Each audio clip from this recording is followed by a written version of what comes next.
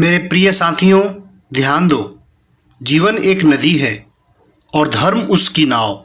लेकिन अगर उस नाव में सुराख ही हो जाए तो क्या होगा? नाव डूबेगी। और मज़े की बात तो यह है कि नाव डूबने के बाद भी लोग कहते हैं कि हमारे धर्म में कोई कमी नहीं है, गलती हमारी थी।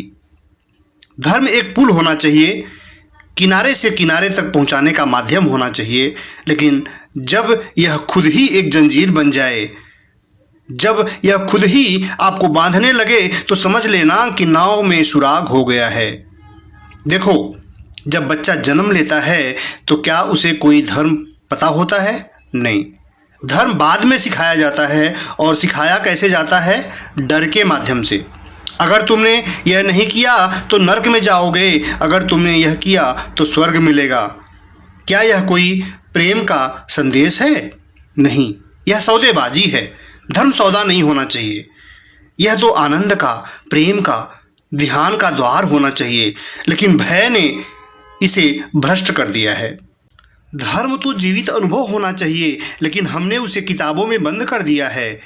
किसी ने हजारों साल पहले कुछ लिखा और हम आंख मूंद कर मान लेते हैं। ग्रह खराब है, पूजा करवा लो। तुम्हारे ऊपर किसी ने टोना कर दिया है। अरे, अगर भगवान इतना महान है तो ये ग्रह नक्षत्र तुम्हारा क्या बिगाड़ लेंगे? अगर तुम्हारी आत्मा अमर है तो किसी को टोना तुम्हारा क्या बिगाड़ लेगा?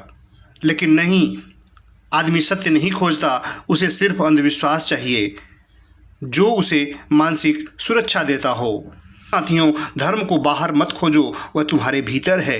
ध्यान करो, अपने भीतर जाओ, प्रेम करो, क्योंकि प्रेम ही सच्चा धर्म है। सत्य को जानो, किसी किताब से नहीं, अपने अनुभव से। जो तुम्हें बंधन में डाले वह धर्म नहीं हो सकता। जो तुम्हें उड़ने की आज़ादी देता है, सच्चा धर्म वही होता है। अगर तुम्हारी नाव में सुराख है तो उसे भर दो, नहीं तो उसे छोड़ दो और तैरना सीख जाओ, क्योंकि सत्य किसी नाव की मोहताज नहीं होती। साथियों, ध्यान रहे, धर्म तुम्हारे लिए होना चाहिए, न कि तुम धर्म के लिए, कि तुम धर्म का बन के उसकी गुलामी करते रहो और उसका फ़ायदा पंडे पुजारी लेते रहेंगे जैसे आज लेते रहें। तो साथियों, सजग हो जाओ, सावधान हो जाओ। प्रेम को अपने अंदर खोजो, धर्म को अपने अंदर खोजो, मानवता में जिंदा रहना सीखो। प्रकृति ही तुम्हारा सबसे बड़ा भगवान है।